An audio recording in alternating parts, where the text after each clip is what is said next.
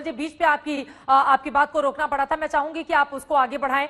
कानूनी दांवपेच क्या है जिसके जरिए हिंदुस्तान की कोशिश यही है कि इस भगोड़े अपराधी को हिंदुस्तान तत्काल लेकर आया जाए, और अपना पक्ष इस वक्त अधिकारी कोर्ट के भीतर रख रहे हैं। उज्जवल जी, देखिए, भगोड़ा चोकसी कह रहा है कोर्ट में कि मैं इंडिया का नागरिक नहीं हूं, सिटीजन नहीं है, क्योंकि मैंने 2018 में ही एंटीगुआ का सिटीजनशिप किया। लेकिन शायद उनको यह पता नहीं है कि इंडियन सिटीजनशिप एक्ट से के मुताबिक अगर ड्यू प्रोसेस के अगर सिटीजनशिप कैंसिल नहीं होती है, इसका मतलब ये नहीं कि ऑटोमेटिकली उसने एंटीगुआ का सिटीजनशिप ले लिया तो उसका इंडियन सिटीजनशिप कैंसिल होगी। और इसी वजह से ने इंडियन कोर्ट के बंबई कोर्ट ने जो पंजाब नेशनल का फ्रॉड हुआ है, ये बंबई के कोर्ट ने ये भगोड़े के खिलाफ नॉन बेलेबल वारंट इशू किया क्योंकि वो इंडियन सिटीजन है इसलिए, और उसी आधार पर इंटरपोल ने उसको समन सर्व कर दी और एंटीगुआ में उसको अरेस्ट कर दिया। एंटीगुआ से और एक्स्ट्राडिशन प्रोसेस अलग है। वहां भारत सरकार के तरफ से यह साफ कह दिया है कि जो उसने सिटीजनशिप प्राप्त की है वो misrepresentation of facts, suppression of facts, इसके आधार पर उसकी कैंसिल की जाए। लेकिन यह बात अहम बात होगी आज कि एंटीगुआ के प्राइम मिनिस्टर ने कह दिया है कि अगर वो हमारे भूमि से भाग गया है, डोमिनिका को गया है, तो Dominica can directly deport to India, we have no objection. ये एंटीगुआ का प्राइम मिनिस्टर का बड़ा अहम स्टेटमेंट है और मुझे पूरी उम्मीद है कि मेहुल चोकसी को डोमिनिका से सीधा इंडिया लेके आएंगे। बिल्कुल, और यहीं पर हिंदुस्तान का पक्ष काफी ज्यादा मजबूत हो जाता है। अगले सवाल के साथ मैं आपके पास आऊं, मुनीश पांडे मेरे सहयोगी भी जुड़ चुके हैं और ज्यादा जानकारी के साथ। मुनीश, इस वक्त कोर्ट के भीतर क्या कुछ चल रहा है डोमिनिका में, किस तरह की जानकारी मिल पाई है वहां से आपको?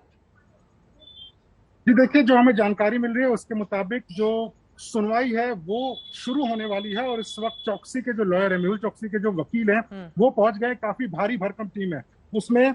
जो एंटीगुआ के फॉर्मर अटॉर्नी जनरल हैं वो पहुंच चुके हैं। डोमिनिका के जो लॉयर हैं वो हैं Justin Simone, John Carrington, Kara Sherford, Julian परवेस, वेन नॉर्ड और वेन मार्श। ये सारे के सारे जो नाम मैं आपको बता रहा हूँ ये डोमिनिका के जाने माने वकील हैं। इसके अलावा ब्रिटेन से 4 ऐसे लॉयर हैं जो कि डोमिनिका में मेहुल चौकसी का केस लड़ने के लिए पहुंचे हैं। यानी कि मेहुल चौकसी ने पूरी तैयारी कर ली है। मेहुल चौकसी का भाई चेतन चौकसी खुद भी डोमिनिका में मौजूद है। इसके अलावा अगर बात करें कि भारत ने क्या तैयारी की है, तो देखिए, भारत ने 28 तारीख से लेकर अब तक 8 जो अधिकारी वहां पर पहुंचे हुए हैं वो डोमिनिका के अधिकारियों के साथ मिलकर भारत का केस मजबूत करने की पूरी कोशिश कर रहे हैं। उस मजबूती को रखने के लिए उन्होंने वो तमाम जो सबूत है मेहुल चौकसी के खिलाफ में कि कैसे उसने 13,000 करोड़ रुपए का बड़ा घोटाला किया हुआ है, उसने कैसे अधिकारियों को घूस दिया हुआ है, उसके अलावा जो सबसे बड़ी बात होगी वो दस्तावेज जो इस बात को साबित करेगा कि भले से मेहुल चौकसी कहता है कि वो एंटीगन सिटीजन है लेकिन अभी भी वो भारत का नागरिक है। ये सबसे ज्यादा महत्वपूर्ण होने वाला है। और इसके अलावा इंटरपोल की वो रेड कॉर्नर नोटिस जिसके बिना पर उसको भारत में डिपोर्ट किया जा सकता है, इन सभी दस्तावेजों के साथ में डोमिनिका के जो सरकारी वकील हैं वो भारत का पक्ष रखेंगे।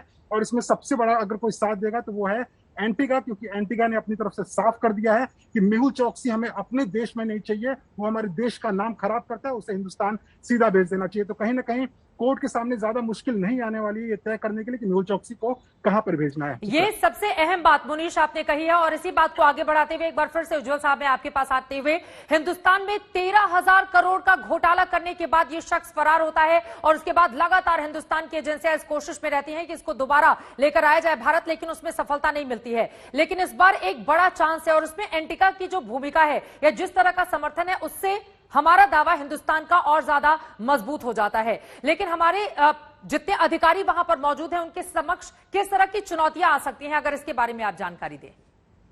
चित्रा जी, जो बार बार ये मेहुल चोकसी के तरफ से कहे जा रहा है कि हम एंटीगुआ के नागरिक हैं, इसको एंटीगुआ के प्राइम मिनिस्टर ने ठुकरा दिया। पहली बात तो ये, और एंटीगुआ के प्राइम मिनिस्टर ने एक सब्सटेंशियल रीजनिंग दिया है, और वो सब्सटेंशियल रीजनिंग ये है कि ये चोकसी हमारे कंट्री से भगोड़ा हो गया है, यानी without any document, valid document, he ran away from our country, और इसीलिए अब हम इसे हमारे कंट्री में नहीं लेना चाहते।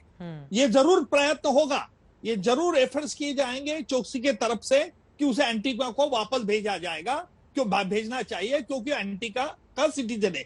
लेकिन जहां तक मेरी उम्मीद है और जहां तक मुझे लगता है, विश्वास भी है कि आज डोमिनिका के कोर्ट के सामने एक अहम सवाल ये, क्या crime investigation department of Dominica ने जो उसे अरेस्ट किया है और उसके अरेस्ट में इंट्रोगेशन में उन्होंने क्या हासिल किया है। अगर उनको एक अहम जानकारी जो मिली है, जो मुझे इंफॉर्मेशन है कि crime investigation department of Dominica ने ऐसे कोई पुख्ता सबूत उनके पास है जिस आधार पे वो साबित कर सकते हैं भारत की तरफ से कि ये इलीगली ट्रांसफर्ड माइग्रेंट आ गया है और इलीगली एंटर करने के बाद डोमिनिका कायदा उस बारे में बहुत सख्त है और उसे डिपोर्ट किया जाएगा जहां का वो सिटीजन है। अभी हमारा भारत इंडियन सिटीजनशिप एक्ट के 9 सेक्शन 9 के मुताबिक जो बार बार चौकसी कह रहा है कि मैंने डोमिनिका का ले लिया, सिटीजनशिप ले लिया, इसलिए मेरा ऑटोमेटिक कैंसिल हो गया, ये बिल्कुल गलत है क्योंकि आज भी वो इंडियन सिटीजनशिप है और इसके लिए मुझे लगता है कि उसको भारत में ही डिपोर्ट किया जाएगा।